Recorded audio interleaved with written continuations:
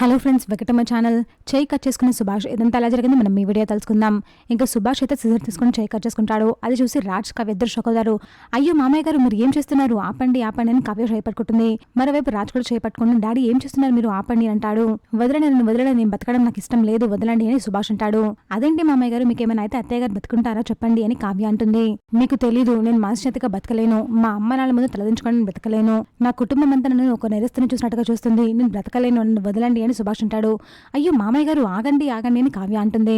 మీరు లేకపోతే మేము ఏమైపోవాలి డాడ్, ఆలోచించారా అని రాజ్ అంటాడు. రాజ్, నా వల్ల మీరు చాలా అవమానాలు పడ్డారు, చాలా మాటలు పడ్డారు, మీ ఇద్దరిని నేను చాలా బాధ పెట్టాను, వాటన్నిటికీ ఇదే నా సమాధానం. నేను తప్పు చేయకపోయి ఉంటే మీ అమ్మకి ఇలాంటి పరిస్థితి వచ్చేదే కాదు, నేను చేసిన పాపానికి శిక్ష అనుభవించి తీరాలి అని హ్యాండ్ కట్ చేసుకుపోతాడు సుభాష్. కావ్య ఒక చెయ్యి, రాజ్ ఒక చెయ్యి పట్టుకుని రాజ్ అయితే డాక్టర్ ని పిలుస్తూ ఉంటాడు. డాక్టర్ వచ్చి సుభాష్ కి ట్రీట్మెంట్ చేస్తాడు. చూసాక ఫ్రెండ్స్, మరి ఏం జరగబోతుందో. ఇలాంటి జెన్యూన్ అండ్ అప్డేట్స్ కోసం మా వీడియోకి లైక్ చేసి ఛానల్ ని సబ్స్క్రైబ్ చేసుకోండి.